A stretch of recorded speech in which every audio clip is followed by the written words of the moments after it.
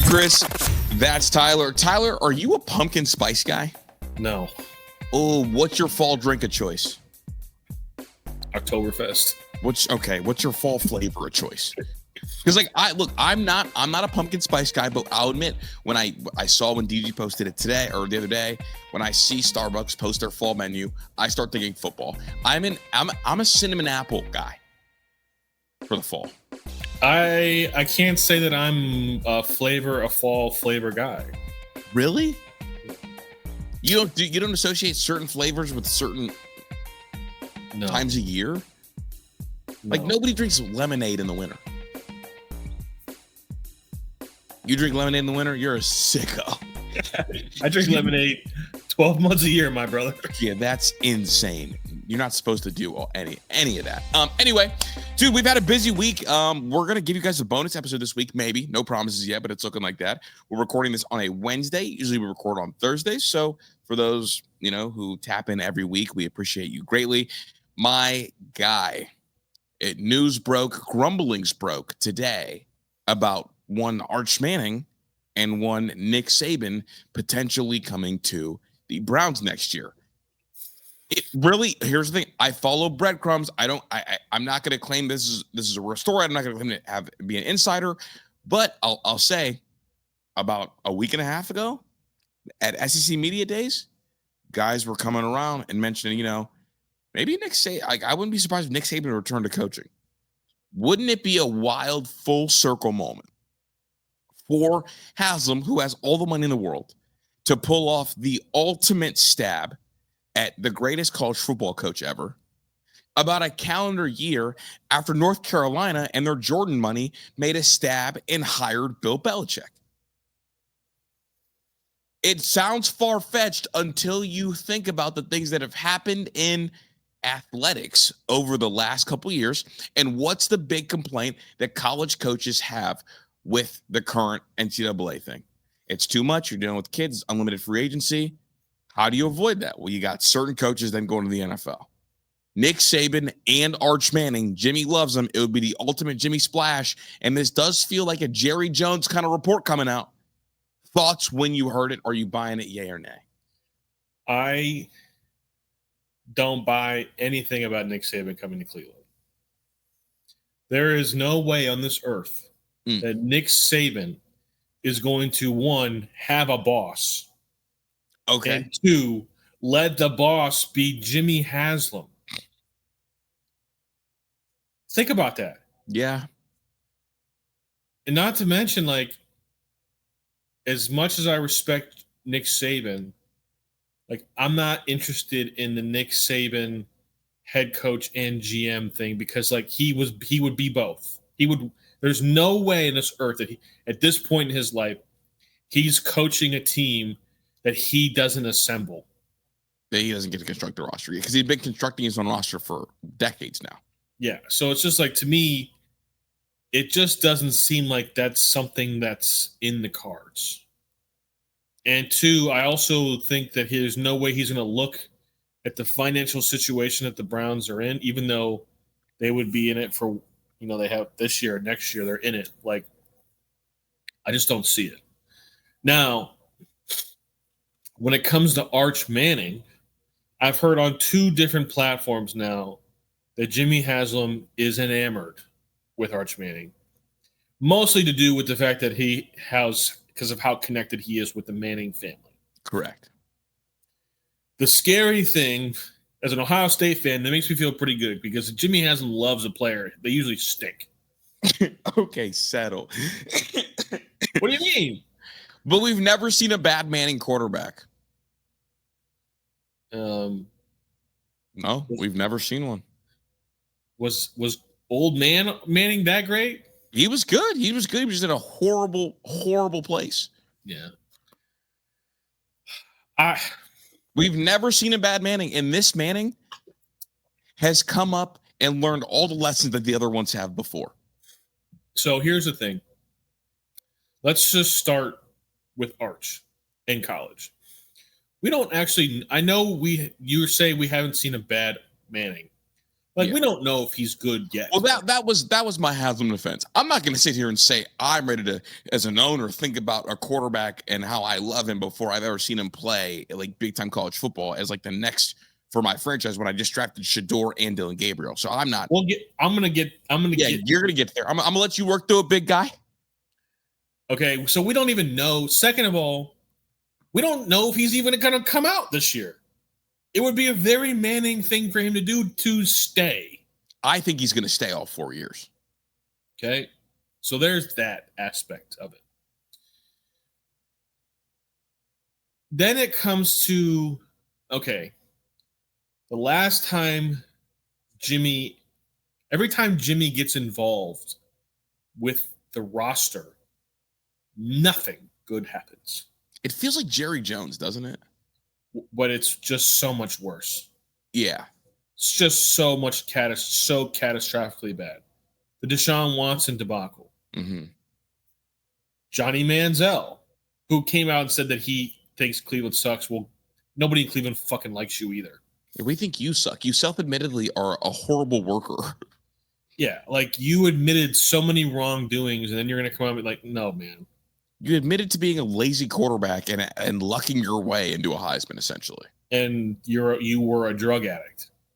And you're also scared of Marcus Mariota. Let's not forget about that. You went to Oregon, you saw Marcus play, and you guys were the same age, and you said, I'm good. Yeah, so I don't even want to talk about Manziel. But you're right. Like, Haslam got involved with Manziel. But you remember, do you know who wanted to draft Manziel as well in that draft? Jerry Jones. And his son said, please do not. Yeah. So the next part I look at it is if it's such a bad secret that Jimmy loves Arch, what? And he thinks that Arch is going to come out in the 2026 draft. What were they doing in the draft this past draft? Mm-hmm. Why, if he has it in his mind that he wants Arch Manning to be the quarterback for the Cleveland Browns, why did he let Andrew Berry draft not one, but two quarterbacks? What's the point of that?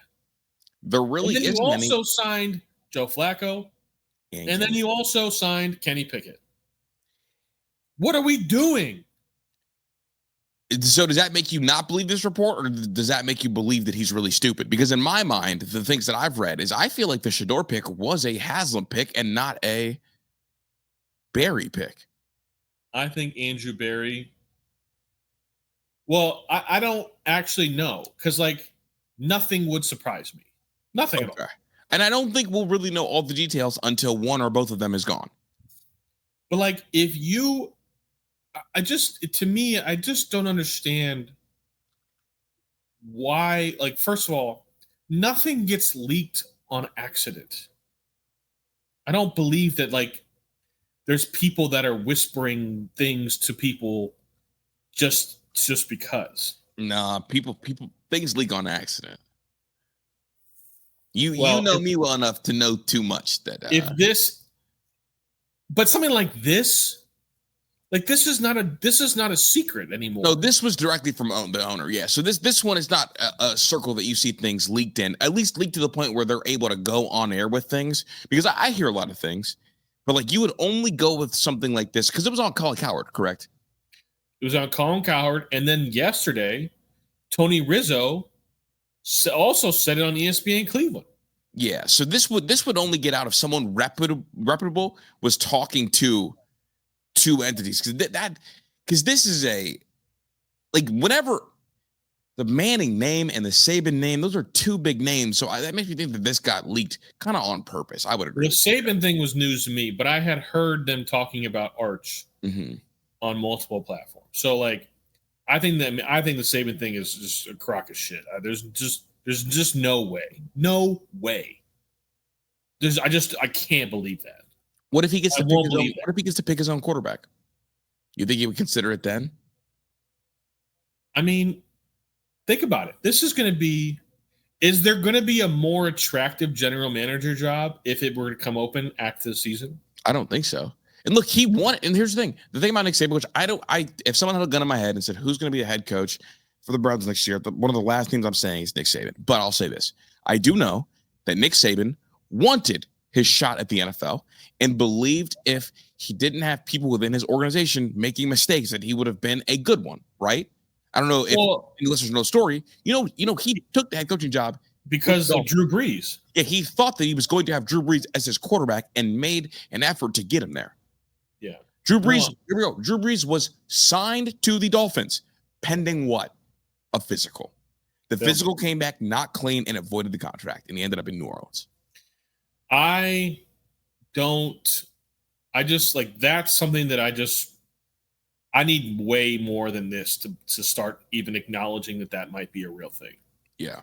But I believe the Arch thing because Jimmy has shown us that if he loves a player, he's going to do everything he can to get him. He loves Myles Garrett. Mm-hmm. Paid him $40 million. Myles Garrett went on a press tour about how he didn't want to be in Cleveland, but Jimmy loves him so much he gave him 40 M's and destroyed the market on accident on the way. So it's just to me like, and this kind of leads into my next point of like, I don't think the Browns know what they're doing, which makes me want to get rid of Andrew Berry even more. They do run a franchise like it's Madden. Like they run a franchise like they're playing Madden, I think. There are reports coming out that they love Pickett and they love Dylan Gabriel. What does Kenny Pickett do for your franchise moving forward? Nothing. He hurts it, I think. He just, at the very best, he delays it. So what's the point? No, at the very best. If you like Dylan Gabriel, just play Dylan Gabriel. No, I think Kenny Pickett's harmful to this organization because you say at the very best, he hurts where you draft next year. Because if he's just mediocre to mediocre good, and we know he's bad long term, all he's going to do is win you a few too many games on accident, and you're going to be stuck in that weird, 8 to 13 draft slot, and that's a terrible slot to be when you need a quarterback. Well, I think personally, if you want to actually win games, you need to play Joe Flacco. And that's a crazy thing that I can't think that. No, I think you're right. My thing is about Kenny Pickett. He's not good enough to actually win you games, but he's good enough to accidentally hurt your draft spot. Yeah. So I don't. Tennessee needs a quarterback in the worst way, and we got 4 of them. Go get yourself something. I mean, we're talking about a backup. They don't need a quarterback, bro. If they have to try out a backup, they're fine. No, what's his face? Will Levis is out for the year. I know. They're starting Cam Ward. If Cam Ward goes down, they need a backup quarterback. I'm saying they'll go get someone off the street and they'll tank for the rest of the year. It doesn't matter. I think the call has to be to New Orleans. I think that's how you get it done. Whatever. One of these 4 quarterbacks has got to go. Facts. You can't have 4 in camp. I just don't understand. And if you have 4, the saying is, if you have 2, you have none. Well, if you have 4, then you definitely don't have one. Mm-hmm. And there's no way you could go into a training camp and say, yeah, all 4 are competing for the job. Then they all stink. Right. Here we go. We have the quarterback tracker today, the ESPN Cleveland. Just, believe it or not, whatever. My biggest takeaway. So you have Flacco 5 for 5, Sanders 3 for 8, Pickett 6 for 7, Gabriel 6 for 7. You know my big issue with this is? No quarterback got 10 passing attempts. How are you supposed to develop chemistry or grow an offense like that? Again, 4 quarterbacks, none of them over 10 pass attempts. Yeah, I don't. That's a big problem. I don't know what they're doing. I don't think they know what they want. You have a coach who wants to win games. You have a GM who wants to build this team give themselves a chance in 2026 and 2027. Mm-hmm. It doesn't seem like they're moving in harmony. And you have an owner who changes his mind with the direction of the wind. Yeah. And so now it's like you cannot. We've been saying this since the draft. You have to find out what you have in Gabriel and Shedeur. That's the biggest. You have to. You want to know if this is a successful whatever? You find that out. And like, I think Shedeur is going to play a ton in the preseason. And like, I wonder, is there any way Shedeur can enter the real conversation? I don't think there is. And there's not enough reps for him to even be set up for success. No. I think this. I saw a tweet just like before we started the show that said the Browns said there's a window that they can go 4-4 in the first 8 games. Not a chance in hell. Don't see it. Not a chance. And not because they don't, and I don't think they had the talent, but not because of that. This franchise is such in a bad place right now. They're not moving in harmony. Mm-hmm. They all have their own agendas. And if you can't see that, then you just don't want to see that. Because how do you tell a coach coming off of a 3-14 season that they can go 3-14 again without losing their job? You can't. You don't do that unless you're willing to do that because you're going to play these 2 young quarterbacks. There's just no reason why you can go and run Kenny Pickett out there. For what reason? It doesn't do anything for your franchise. I mean, I don't think Kenny Pickett even has. I think he has the 3rd best arm talent in that room. Yeah, I mean, arm talent aside, like I've already seen you get full-time run as a quarterback. Like my job is not to see. We played him twice. Right. My job is not to see if you can develop. My job is to see if these other kids are better than you or not. For some reason, I'm okay with playing Joe Flacco to start the year. Well, because Joe Flacco doesn't factor into any future plans. It's like if you play Joe, you acknowledge he's a stopgap. I mean, he was on his couch a little bit ago. Yeah, so he's also like 39 years old. Yeah, I'm saying he literally was on his couch, and then the Browns called him off the couch, and he got up and went over there. So to me, it's just like I don't know. The owner's doing one thing, the general manager's doing another thing, and the head coach is like, I'm just trying to win enough games to keep my job. Mm-hmm. And you're like, so you have that. You have the owner or the GM who doesn't know who he thinks should be the quarterback, so he drafted 2 of them. And you have an owner who loves a kid in college who may not even come out. Yeah. So what are we doing? And also, just I don't want to be rude or anything, but Jimmy Haslam saying that leaking out this early that he loves a kid that's still in college. If that kid is draft eligible and is really good and sees the Browns near the top, I'm staying. I'll hook him. Yeah, dude. Right?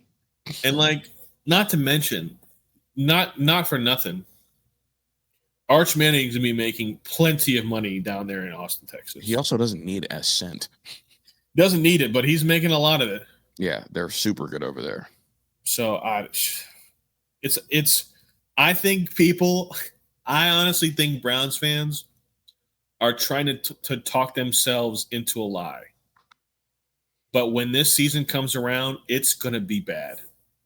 Can you imagine the chance we could get? Like, we want Shedeur and then tank for Arch? Bro, the first thing that will happen is they're going to say they want to see Shedeur. I mean, I'm going to give it, if the starting quarter, whoever they choose first is bad, I'll give it 7 quarters before we hear Shedeur. Yeah. So dude, it's not good, man. Not even, we haven't even discussed this. We haven't discussed this roster one time yet. We haven't broken, and we'll do that. But like, we haven't talked about this roster. There's just no way that you can tell me that this organization is all beating to the beat of the same drum. You can't tell me that. Can't do it. So, we'll see. This will be the most, one of the more fascinating training camps we've seen as far as the drama and the reports are concerned. So there'll be plenty to talk about. Hosey's tearing the cover off the ball, man. Literally, have you ever seen a smaller human being just strap a whole franchise to their back and be like, Just I got you? and just rake too, dude. Like He has 8 home runs in July alone. And with runners in scoring position this year, this is his slash line. You ready for this? 361 average, 476 on base percentage, 590 slug with an OPS of 1066. unbelievable, dude. That's with runners in scoring position. That home run he hit on Tuesday too, when he pulled it back down, Oh yeah, tanked. smoked it. I mean, this is his when he hits it. I think he just did it tonight. It's his 7th straight 2020 season. 20 homers, 20 doubles, 20 stolen bases. 7 years in a row. Just all around, dude. He got a jump on a ball today. Not including COVID year, because nobody. Yeah, obviously it doesn't count. Doesn't count for the rule books. He got a jump on a ball today on a blooper, scored from second, and was so much of a jump, Tyler. No throw. A bloop single to left center, and he scored no throw. Because not only is he like supremely talented, but he also just like is one of the smartest baseball players I've seen in such a long time. Mm-hmm. Like he's so good on the bases for a superstar that like he runs the bases better than most superstars run the bases. He runs because the he bases, like cares. He runs the bases like a player who's battling for a roster spot. Yeah. I mean, if you had to place your MVP votes, where does Jose Ramirez fit in? Right now he's second. I have him ahead of Cal, but not. You're right. You're fair to say this. You're not wrong to say what you're going to say. I am ahead of Cal, but not ahead of Judge. I think what Judge is doing is unbelievable. I mean, he's on pace for like the greatest right-handed hitting season ever. Yeah. I do have him ahead of Cal because while Cal's been really, really good, Cal can go through stretches where he's not hitting and only hitting home runs. They need production from Jose every single game for them to win games. Mm-hmm. And I like Cal, but it's not the same with Cal. Yeah. I just don't know. I think Aaron Judge does more for his team offensively just because he's the best hitter in the game. Yeah. If you took Aaron Judge off the Yankees, they would be significantly worse. Mm-hmm. But I think if you took Jose Ramirez off the Guardians, we would be the White Sox or the Rockies. They'd be really bad. I mean, I'm not saying like the Yankees would not be good, but they wouldn't be one of the worst teams in baseball. Right, and that's fair. I legitimately think if you took Jose Ramirez off this team and took away his leadership and his example setting, this would be the Rockies or the White Sox. Yeah, I know. I agree. They would be horrendous. No, they'd be really bad. So it's just one of these things, and like he just crossed primes with an all-time great. Yeah, and like it happens. He's the second best. He's probably the second most talented third baseman of his generation, behind Manny Machado. Yeah, Machado is like. He's also you could make the argument that Machado might be sort of like a. I don't know if he's not a bad leader or anything like that. I'm not, because I don't know that. He just seems like a very low heart rate, nonchalant type of player. Maybe because he is so supremely talented. Yeah, I think he already did what he needed to do, Yeah, it's just one of these things where like, Manny Machado was like, he was big. He had a crazy arm. He was crazy athletic. Yeah. He just made the game look almost too easy. Manny. Yeah. And so he just has that look, but like, Jose Ramirez is going to get a statue in Cleveland. I wonder where it's going to go. I can't imagine where they're going to put it, but they're going to put it somewhere. I mean, that's the big three third baseman of this generation: Arenado, him, and Manny. Who would you rather have, Arenado or Jose? Right now or like whose career would you rather have? I um mean, Arenado's he has won a World Series. That is I'll nice. probably take Arenado's career. I mean, I don't know, like, because I don't know. Jose doesn't have like the hardware that Nolan has. But I think Jose. Nolan was also like a sick defensive third baseman. That's what I'm saying. Like, I think Jose's a better overall player. Like, if I was needing a player for my team, but like, I would take Jose's offensive game over Arenado's, but like Arenado's defense was like, I mean, they have this to none, maybe second to none. I mean, obviously, like awards are awards, whatever. They both have the same amount of silver sluggers. Yeah, but Arenado has 10 Gold Gloves. Yeah, I mean, Jose has none. I mean, Jose's not like if in defense of Jose, like, have you also seen a major league player get more out of their body and athleticism than him? No, and that's the big thing. Like, obviously, he's not that great of an athlete. Well, I think he's a really good athlete, but I think he gained some weight to gain some power instead of like staying at like that kind of shortstop frame. I just don't know if like he was never like a skinny kid. He was always kind of stocky. He was, but he just like hit his grown man strength and like added an extra 10 because he's like 32 years old now. Yeah. And here we go. Like for Arenado, like his bat really plays, dude. I mean, like 283 career batting average with 350 home runs. Yeah. But I guess like watching Jose now, like Jose's just like so much more of an explosive, like I think it's like third baseman. Yeah, I mean, it's definitely going to be. Yeah, I just think those two guys, Machado and Arenado, were like they were just bigger. They were, more physically gifted. Yeah. So it's kind of hard to tell. I mean, he'll retire. He's going to be between 350. No, I mean, I bet you Jose will flirt with 400 homers in his career. And no one will probably end around that like 375 range. I think he's going to float between four. He'll flirt with four. I mean, he's 124 homers away from 400. And he's 32 years old. Like how does Jose age too? Because like Nolan Arenado's been aging the last couple years.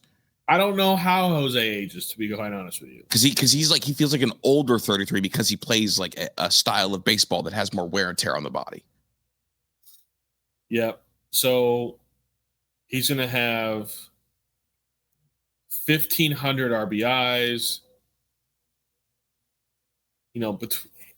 I'll say conservatively he'll hit 375 homers, 1,500 RBIs. He'll have 350 to 400 stolen bases.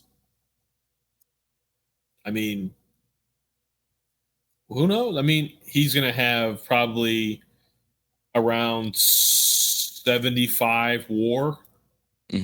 What's he at now? 55.8. You think he's got that many 5 WAR seasons left in him? I mean, I'm going to say he's going to play for another 6 years. Okay. At least. I think I'll give him 6 years. He'll play till he's 38 years old. I mean, that's only like, 4 WAR? Yeah. 4 WAR's great, though. No, I know. Like, if he's still playing at a 4 WAR pace in that many years, like, you got to play him another year. No, I'm being a little aggressive, maybe a little aggressive with that one, but like, my brother, when you are the staple of a franchise, you play till that WAR is negative. Yeah, no, 100%. Come on, Bo, score. Oh, what a terrible play by that catcher. Oh, what an awful play by that catcher. Guards take the lead. Here we go. The Blue Jays have walked Aaron Judge 7 times intentionally. They let him bat with first base open. Guess what he just did? Did he hit a home run? 2-run blast.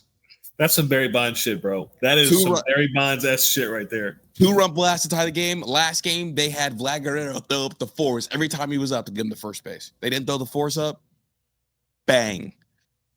That is Barry Bonds level stuff right there. Yeah, what a great now the manager's jogging out here. Mad. Yeah. Speaking of players also doing their part, can you, for all the haters out there, can you address how good Kyle Manzardo's been as a first-year full-time major leaguer? Because I'm defending him, and nobody wants to listen. Kyle Manzardo has been absolutely fantastic as a player under the age of 25. The OPS plus mark you want for a kid of that age that doesn't really get consistent at bats to get in rhythm, because we know that baseball is an in-rhythm sport, is at least 98. I mean, shoot, that's kind of like 2% below average. And you'll take that for a power bat because there's some pop in there. He's been at 107, and it's trending up. The same way Angel Martinez, I pointed out months ago that it's coming, and his WRC plus, at least the last couple weeks, has been like above 160. Manzardo is hitting the ball hard. And while we've acknowledged that Jose is carrying this offense, my brother's behind him, lifting the back up with his hands a little bit. It's been exceptional, and we're seeing him clean up on areas where he was getting got in at bats. And I think that's the most important thing. Obviously, people are going to point to the batting average, and Tyler has numbers for that. But his zone is changing a little bit, meaning he's not getting beat the same way in the second half as he was the first half, which means that WRC plus and that OPS plus number are both going to improve dramatically. So the thing about young players is like they have to play to get better. Correct. It's downloading information. Go through slumps. So like from this year to last year, his strikeout percentage is lower, his walk percentage is higher, his slugging percentage is up, his OPS is up, and his chase percentage is down. Like he's just getting better every couple weeks. He's showing growth. Mm-hmm. And like to not play him every game is just stunting that growth. Angel Martinez got to play every day through his slump, and now look at him. It's paying off. It's like you have to do these things. If you're going to be young, just be young. Like with respect to David Fry, actually, no respect. He's 29 years old. He's been playing professional baseball for a lot longer than Kyle Manzardo is. And he's literally had 2 good months in his entire career. He's not getting better. He's just showing you who he is. And like a 29-year-old player who can't throw, and like the best case scenario is David Fry becomes like your second catcher. Yeah. And he can catch, maybe twice a week or once a week to give like your starting catcher a break. But like that's the best case scenario. And like, would he be a good offensive catcher? Yes, he would be. But like, it's not good enough to hold back the development of a young player who's showing you he's getting better and better and better. And again, not getting beat in the same ways he was getting beat before. Like with John Kennedy Noel, he got a bunch of at-bats, but you know why you were so, I don't really believe in it? Because he kept getting beat the same way over and over and over again. Manzardo's not getting beat the same way over and over again. I know the batting average isn't what you want it to be, but guess what? He's taking his walks because his OPS is over 750. Anthony Rizzo. You know, he was a negative WAR player when he first broke in, right? Negative WAR player. Yeah. 141 batting average. The OPS plus 51. They played him sparingly the next year, showed improvement. 2 years later, he posted a 2.5 WAR season, hit 233 with a 742 OPS because they let him play and figure it out. We compared the power potential and contact potential to who? Rizzo, right? Mm-hmm. Now he's going to strike out way more than Rizzo, and we'll see that if he's going to get the contact numbers. But that's kind of the bat profile he's going to have power-wise. There's just like, I don't know what we've been clamoring. Everybody clamors about how like we can't develop anybody with any power. We can't develop any young players with any power. And like he's hit 16 home runs. He's on pace to hit like 25 homers. In July, or at least since we are back from the All-Star break, he's slugging 700. Here's the thing, you know what? And I partially blame the Guardians and Andre Knott and kind of their rhetoric around like guard ball.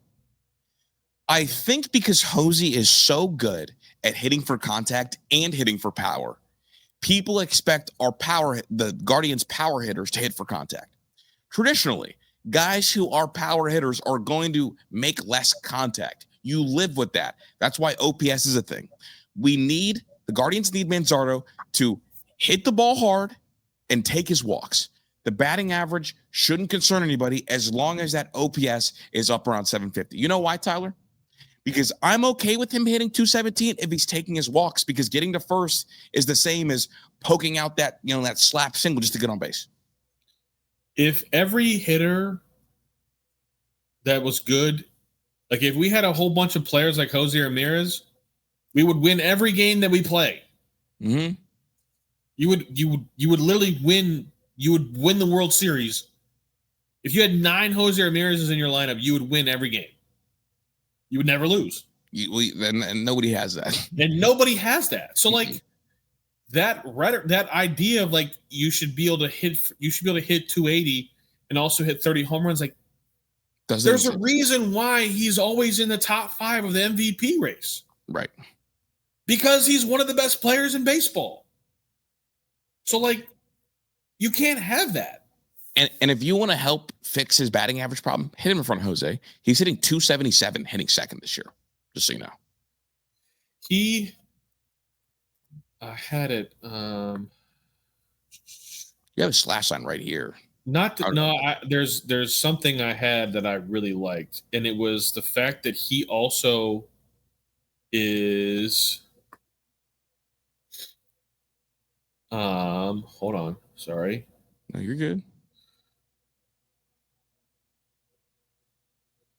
9 of his 16 home runs come between the 6th and the 9th inning of games.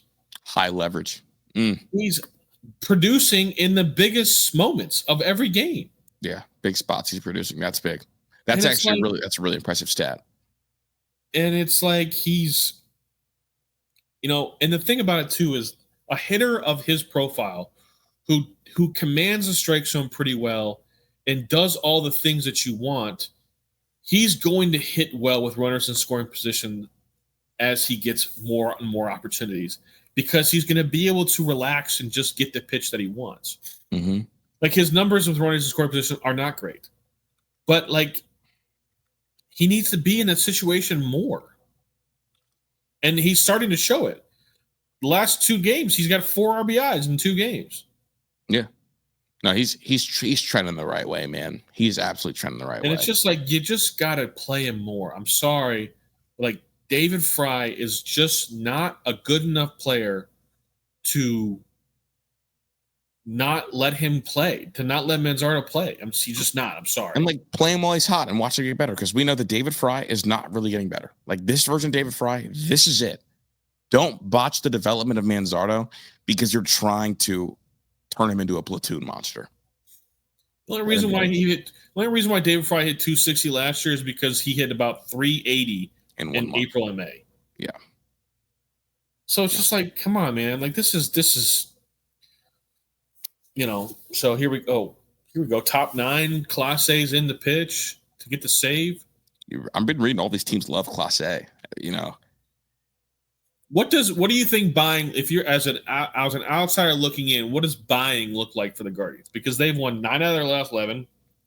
They're going for 10 out of their last 12 right now. I mean, it's moving Santana and it's moving Lane Thomas and just adding a more pop in the outfield spot. Because like you just need more pop in the outfield, given the fact that like Nolan Jones is not really converting things to power, and Quan obviously we know is not a power guy. So like that to me is buying. Well, I don't know if I would consider. You'd have to include, if you're going to buy, you'd have to include some of the AAA guys. You have Yeah, I mean, AAA guys for sure. Oh, Cody, because those are going to be the feature of the trade, not Carlos and Lane Thomas. My personal opinion is I think that they need to go find themselves another big gun in the bullpen. If they want to be a for real team, like and actually make a run in the playoffs, not just like get there and get absolutely roasted, but like to like make a team sweat and be scared, they need another bullpen arm that they can trust in high leverage because these guys are running on fumes, man. I mean, the Twins have 2 bullpen arms, Jackson and Newhan, and they want 2 fringe top 100 prospects. Listen, Duran, the closer from Minnesota, to add him into this bullpen, Johan Duran. I would let them have their pick in the minor leagues, to be honest with you, because that guy, he's so nasty. You put him with Cade Smith and Emmanuel Clase and Hunter Gaddis looked really good tonight after a little bit of rest. He was back up to like. He just needed rest, dude. His stuff plays. He's just running on fumes. It happens. But like, and Tim Herron's throwing well down at AAA. Like he'll be back up here shortly. Like I think they have. If they just need one more arm that they can trust in high leverage situations, because like, if you were going to tell me that you're going to run Matt Festa out there in the playoffs, just don't waste our time. Yeah. So Duran is your kind of guy, dude. Yeah, Durant's he's crazy, dude. Fastball velo is average. Fastball velo is 100.3, 100th percentile in the whole sport. His expected batting average. I mean, with that velo, you worry about guys catching barrels and like hitting the ball hard. With that velo, he's getting swing and miss. His whiff rate's 31%. 3.3% of swings result in a barrel. That is so low. Yeah. 68.3% of swings or 68.3% of contact, ground ball. That's elite stuff, dude. All right. So that's my personal opinion is if you really want to see them in a buy situation, they go and find themselves a big arm to add to the bullpen. Yeah, that's a cannon, dude. They just took the first 3 games of a 4-game series. The last thing that I want to see tomorrow is the punt lineup. The punt lineup's coming out, just saying. Dude, because come on. Because Detroit got swept. Yeah, I know, but like I don't think they are not in a position where they can be punting any more games, bro. Yeah. I mean, who's on the bump for tomorrow? Charlie, you're going to get the same lineup again tomorrow because Charlie Morton, a right-handed pitcher, is pitching tomorrow. You don't think they give bro a DH day? Oh, that's right. They might. Oh no. Dude, I don't know, man. I feel like Jose will come out and be like, "No, you tried it. I'm playing third base." Yeah. He just had 4 days off. He had 4 days off. He's no. Right. Jose, I think Jose also understands the moment too. I think so. I mean, obviously it's Jose. Cavs talk. You got this. Strus, Hunter. So I saw this question. I was like, this is an interesting question. Who would you rather see in the starting lineup, Strus or Hunter? I think Hunter. Knowing that they're both going to play 25, 26 plus minutes a night. I think Hunter.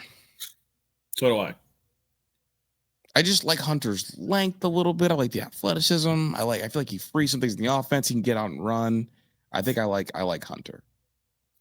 I feel like Strus could be that second unit leader, that veteran presence that they need.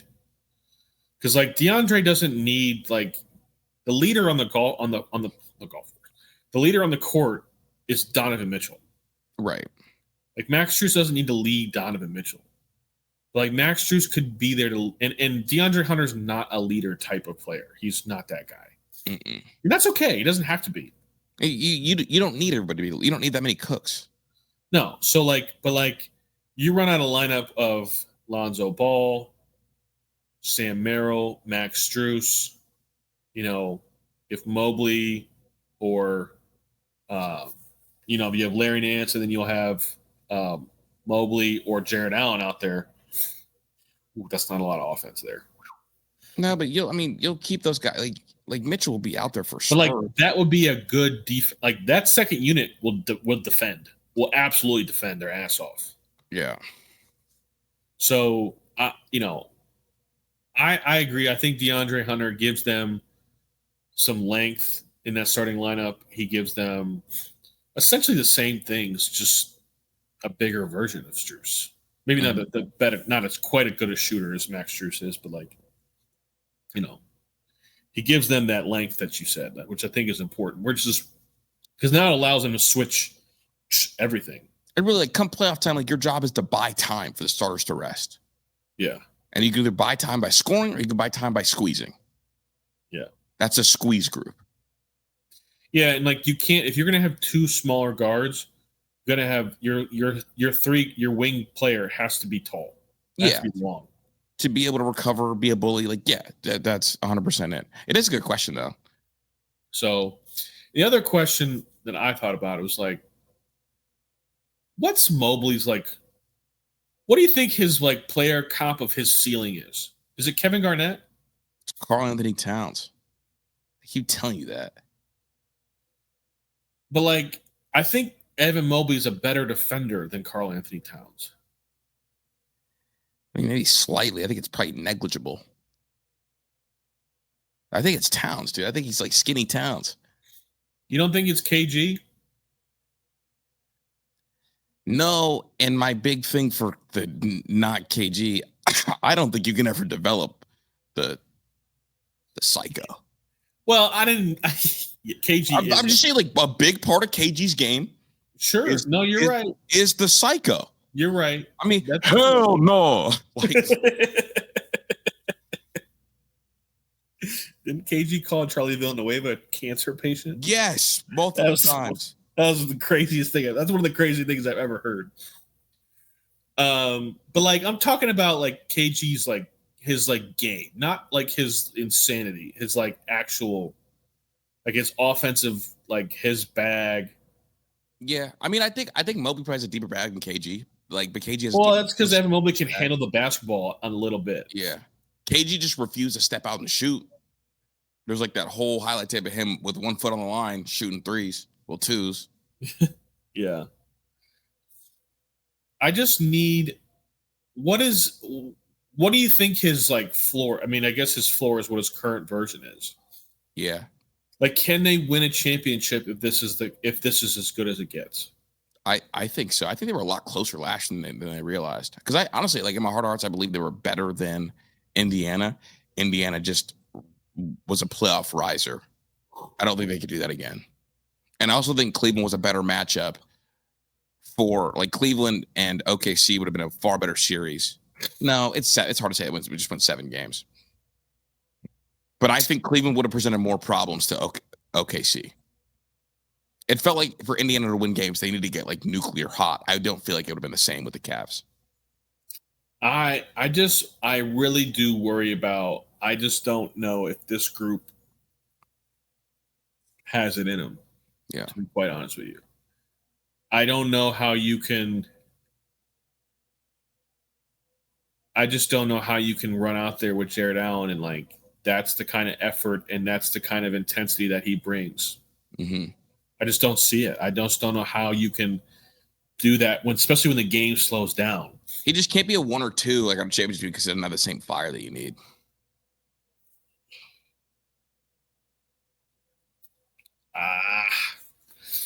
I think Evan Mobley needs to get better for them to win. He needs to be legitimate to the second option offensively, mm-hmm. and he needs to demand the basketball more than he does. It's not that I think his skill set's good enough. I just don't know.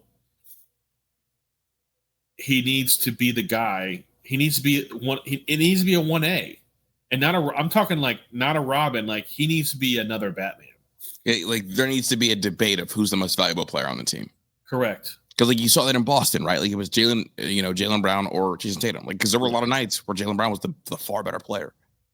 Correct. So it's just one of these things where like he needs to be more assertive that way, and that's the only, in my opinion, that's the only way that they can win a championship is if he becomes more of that type of player. And to be honest with you, if you had to ask me if I think he can become that guy, I would tell you no.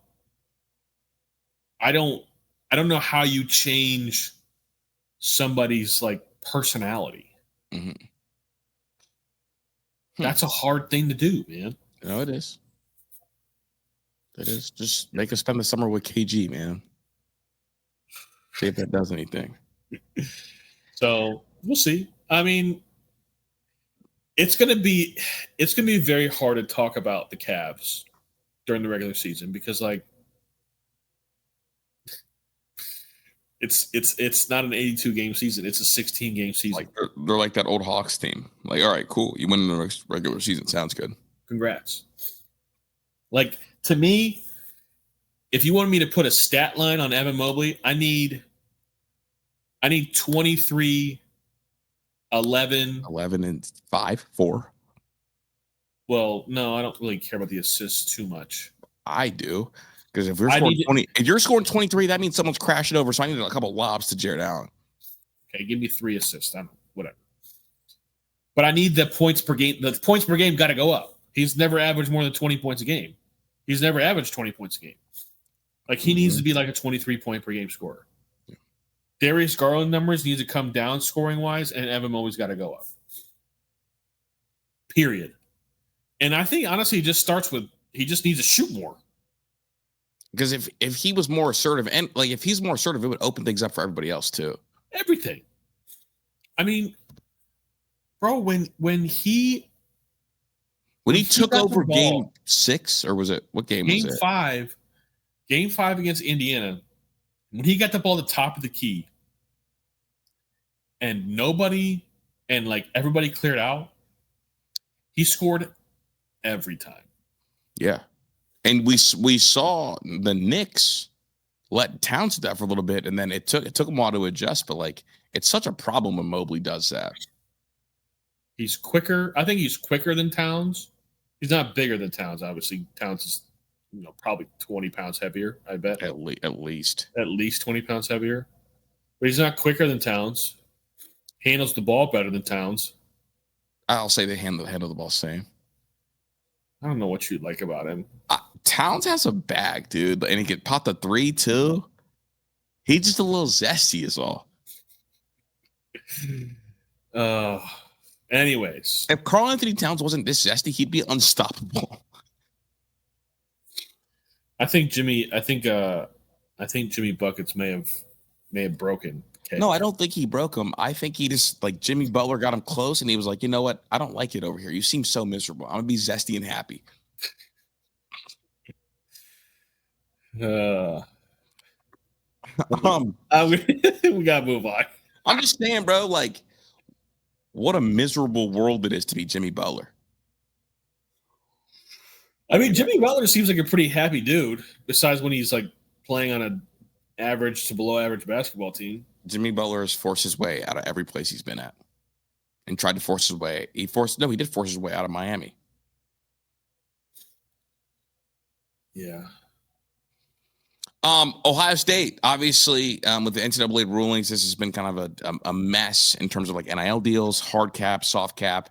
So the House settlement basically had things to where universities with the collectives were going to be at a hard cap of about $20 million. And Aaron Boone just got ejected. And the House settlement had everybody operating at that hard cap. Some schools like Texas, like Miami, like A&M, like Texas Tech kind of ignored it and had their collectives outside of the university because it was like, all right, we're just going to pay the hard cap with the revenue sharing, and then we'll let our collectives take care of everyone else. Over the past week, that meant what happened was we saw schools beat Ohio State badly on the trail, right? Like we saw Ohio State lose a ton of battles, and after winning a natty, it's rare that happens. Mm-hmm. Sure, I thought Ohio State did the right thing by bringing everything in-house, like they did with their collectives to dissolve it, because I saw Georgia do the same thing. So this was a gamble by Bjork, and Bjork lost the gamble because now the salary cap is just a soft cap because schools are going to have the collectives outside of it that are able to pay and it won't be involved with the cap space. So we're essentially entering back where we started, but it's going to be a little bit gentler, I think, in terms of like spending. I hope. Yeah. So, yeah. I mean, to sum up that, what Chris has used some big words there, and Chris is very in tune with how this all works. A little too plugged in. I feel like I have to shower sometimes. Essentially, Ross Bjork bet on the fact that this ruling wasn't going to, like, these schools weren't going to be able to do what they were doing, and all these deals were going to come undone, and all these players would be like, I'm not going to these schools anymore. Mm-hmm. Well, he lost. He gambled, he pushed his chips in, and he lost. Now, what has to happen is the foundation needs to be unleashed, and they need to go and flip a few kids. They need to go build the class that we were once promised. Correct. And they need to go spend some money, and they really need to go spend some money on about 3 or 4 defensive linemen. Mm-hmm. Would be clutch. The first flip that I'm trying to make happen is that Carter Meadows kid. I like Carter a lot. Really good player. Because really not even that because there's a bunch of good ones, but if I can go up and tell Michigan, like, yeah, we got money too. Like taking from your enemy and adding to your arsenal, huge. Well, there's that, but I need Michigan to also understand, like, we got money. Mm-hmm. We got money to play with. We're not, we're not broke. We got plenty of money, and we can play this game just like everybody else can. It is funny because everyone has been operating around us like we're broke because we've been compliant. Ohio State is not broke, big dog. Like if this is going to be the world we live in, awesome. We have the potential to ruin the sport. My issue, I think Doug Archie needs to get out of the way, but that's a separate deep dive for a separate video. So I'm expecting. Listen, this recruiting game. This stuff is not. These verbal commitments don't mean shit. They mean nothing. And all these players, like, I've seen 2 players that said they're shutting down their recruitment. Bullshit. I'm not buying it. Until they sign that dotted line and fax that national letter of intent in, it's not over. I would expect, my expectation is to see us flip a few of these kids that we lost out on a few weeks ago. I mean, I wouldn't even be surprised if you see 1 or 2 of them happen fairly quickly. And that's the thing. This getting done this quickly, I think, is for better, not for worse. Because we're able to like double back on guys that we already have kind of the oven warm on, still relationship wise. Yeah, and so it's just like, okay, well, we can match. Yeah. And honestly, and the thing about Ohio State and Georgia to the same degree, and Alabama to maybe a little bit lesser degree, like, we don't have to pay top dollar. We just need to be in the ballpark. If we're in the ballpark, we get this is an established law firm kind of deal. Like, correct situation. I have no doubts that they're going to be able to make they're going to make this work. I would bet you that Ryan Day has already had conversation with Brian Schottenstein. Oh, I mean, yeah, absolutely. And it's like, go. I'm sure that Brian Day is like, go. Mm-hmm. The leash is off. Make it happen. So yeah, it is what it is. There's a few people that get to have their victory lap about Ross Bjork, but like, I'm not even mad at Bjork because I still think this is coming from upstairs. No, I agree with you. I don't. Now, like, I want to see what he does to fix this. Yeah. Now that he's allowed to fix it. Ross Bjork was brought in just in case this turned into the Wild West because of all the ADs across the country. He is the Michael Jordan of fundraising, almost to his own downfall. He almost fundraises too good. Yeah. He was brought here in case this happened. If this was going to be the Wild West, we wanted to have the biggest gun in the entire army, and we do with Ross Bjork. That's why I'm not worried at all. Yeah, no, it'll be good. What are you hearing from Big Ten Media Days? Well, a couple quick notes. Any highlights? Well, I think that Dylan Raiola is the corniest dude in the entire sport. Oh, Patrick Jr. Yeah, did you hear what he said about how he views Patrick? Yeah, you lying, dog. That's Jordan. No, he said that's Jordan and I'm Kobe. He said I'm the Kobe Bryant too. It's Michael Jordan. That's how he wants people to see it. Well, throw less than what did he throw? 18 interceptions last year. Isn't that a crazy statement to make after trying to shy away from it last year? That also means that Patrick Mahomes has no idea who Kobe Bryant really was. Because Kobe Bryant would never have said some shit like that. You mean Dylan Raiola? See, never. You did it. See, you said that means Pat Mahomes. I'm talking about Dylan Raiola. I know. But like Dylan Raiola calling himself Kobe to Patrick being Michael means that Dylan has no idea who Kobe Bryant really was. No. Because Kobe Bryant would have never said that. Mm. In fact, we didn't start hearing about the brotherhood stuff until like Kobe was already established, like the closest thing since then. Right. So, no, I mean, it is what it is. I also saw that Jeremiah Smith gave his Mount Rushmore of Ohio State receivers. Yep. And the fact that he put Teddy Ginn on there made my heart warm. But he said Chris Carter, JSN, Marv, and Teddy. And there's two things I would change in his list. I'm putting G5 in over Jackson's JSN. Okay. Me too. And Jeremiah, my brother in Christ, you are in there. You are on there. You're on there. We'd like to welcome Jeremiah Smith to the stage. Yes, you are a part of that crew, brother. Yeah. You are in there already. I mean, I don't know.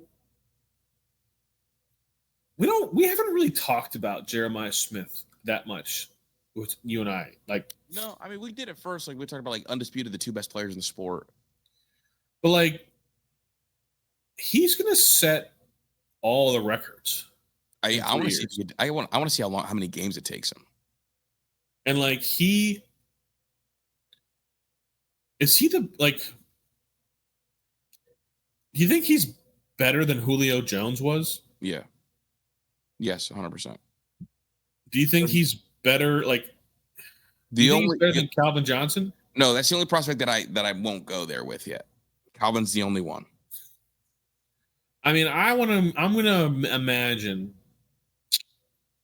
that he's gonna run a sub 4.4. Correct. I expect that. He's gonna probably, what is he, 6'4"? Yeah, 6'3.5". So 6'3.5".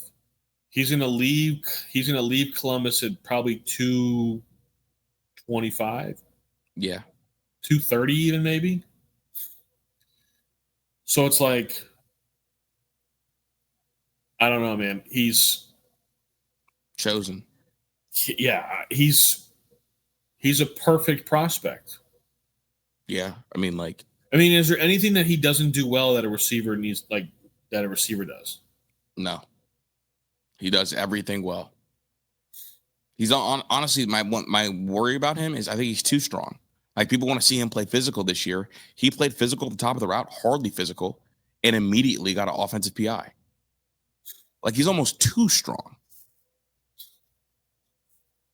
The only thing that I'm concerned about is that Julian Sands going to be just like, fuck it. 4's over there somewhere, and he's going to just force you the ball and throw an interception. I don't care. I watched Calvin at Georgia Tech. Who was Georgia Tech's quarterback when Calvin Johnson was there? No idea. Nobody fucking knows. And guess what? We don't care. You know who the quarterback was at St. V when LeBron was there? No. Chris Woolley. Who? Exactly. Yeah, I mean, he might be the best football player. Do you think he'll go down as the best football player in Ohio State history? Damn close. Who do you think the best football player in Ohio State history is? I mean, like Orlando Pace.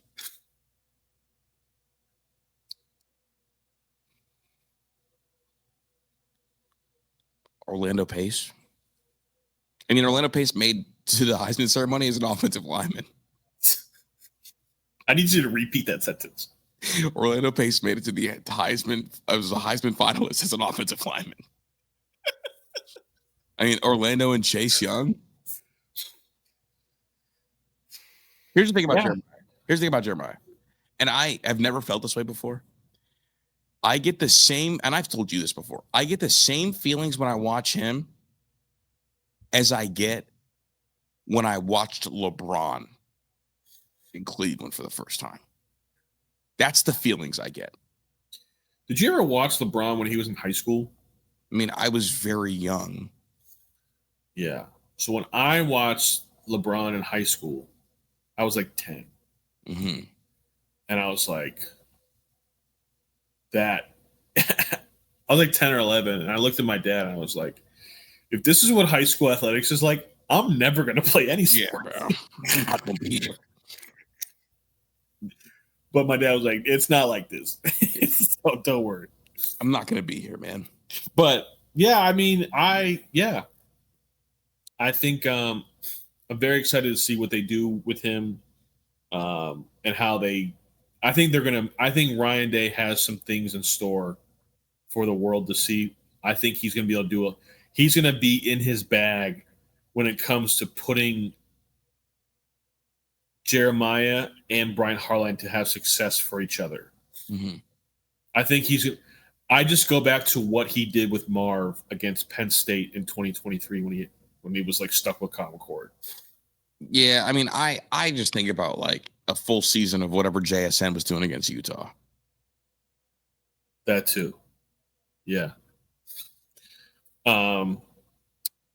Other thing that I saw, are we proud of like the Big Ten coaches for sticking up for themselves in their conference? I am. Yeah, hell yeah. Because this is the first time, like, we're not pussy, dude. Like, we really are here for real, dog. And Big Ten coaches have been, look, here's the thing. Big Ten coaches have earned the right to pop their stuff because when the SEC was up and running shit, every single SEC media day, what did we hear? About how much of a gauntlet and how great the conference was and how we're the best conference in the sport. So I'm glad that the Big Ten coaches, instead of, being shot they have every year, they spoke on it. Yeah. They definitely spoke on it. They talked about, and my personal opinion is, for a while, I thought the Big Ten had better coaches. For a long time, I thought the Big Ten had better coaches than the SEC. No, for a while. I'm not talking now. I'm talking about like the last decade. No. This is part of my theory. Yes, they for the better part of a decade, they've had better coaches. Yes, they just have been playing within the rules of the NCAA. Correct. The Big Ten coaches are like the Drew Breeses of the world. Drew Brees had to figure out how to be successful at his size with his limited tools. Because of that, he became polished everywhere.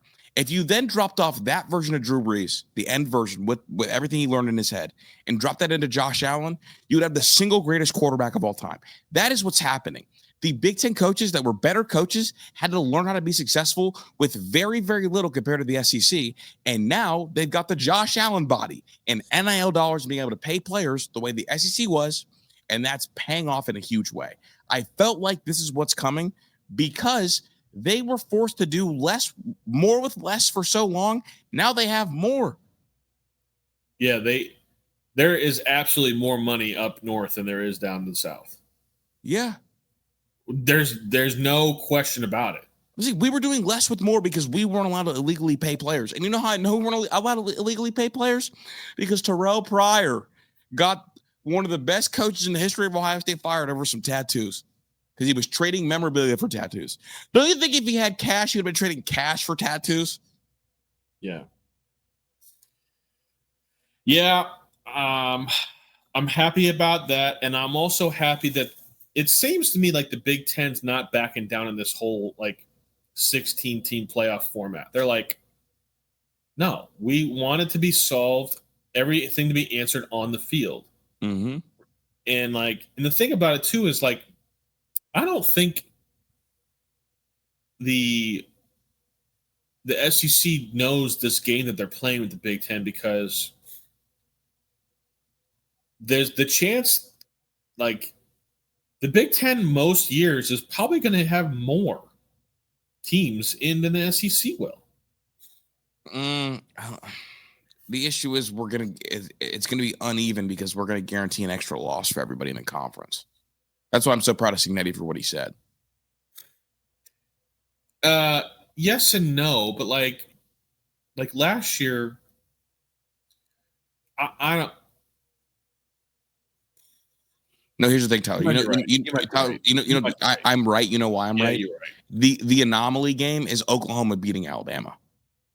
So if that game doesn't happen to expose Alabama, then Alabama's probably in, and they played one less game than the Big Ten schools. That's the issue. Yeah. My personal opinion is I think this year's format is as good as it will ever be. Yeah, this is the best version. I agree. The straight 12 with the ranking the 12 once they had the 12. Yeah. I think it's going to be the best format there is. Because let's be honest, there isn't even the 12th team in the playoff is never going to win the national title. Not unless they get a quarterback that's everything that gets back after the first 5 games, And so, like, why am I going to 16? It's not going to happen. I mean, I know it's about dollars. I get all that. But it's just like this season, I think is going to be one of the best, most fun college football seasons of all time. Because it's going to be so fun, dude. No, there isn't the one dominant team. You have the correct playoff format and ranking system. You have the automatic bids because of the conference. So your conference championship game still matters. The regular season will still matter. And it's like you have everything that you want. I don't understand. I think this is going to be as good as it ever gets. 100%. I think the 16-team playoff is going to stink. I mean, the first round is just going to be like I worry about injuries. I guess the only thing I worry about. Yeah, and like to me, if you go to the 16-team playoff, like let's just keep it move. Like you might as well just go to the Division III model. Play your 10 regular season games. If you want to have a conference championship game, have a conference championship game, and then just have a full ass bracket. I mean that's kind of what we're heading towards, but I hope 16 is the stop of it. Like I think that's it. I hope that's it. Because now you're going to have your 1 and 2 you're not even going to have conference championship games. The 16-team model is not even going to have them. Because the 1 and 2 teams will automatically be in, and then the 3 versus 6 and the 4 versus the 5 will have to play. I mean, if you keep the 12-game regular season, like Ohio State would have played, they'll play so many games now. So many, dude. And it's just like they don't even play that many games in the NFL, like unless you like make the playoffs, obviously. So I don't know, man. A lot of wear and tear. I just worry about injuries that would dictate everything. Yeah. I'm excited though. I think this season is going to be freaking awesome. Yeah, me too. To watch the whole sport. So, do you ever hear me out, big dog? I do. What you got? I think the most overrated rock band of all time is the Beatles.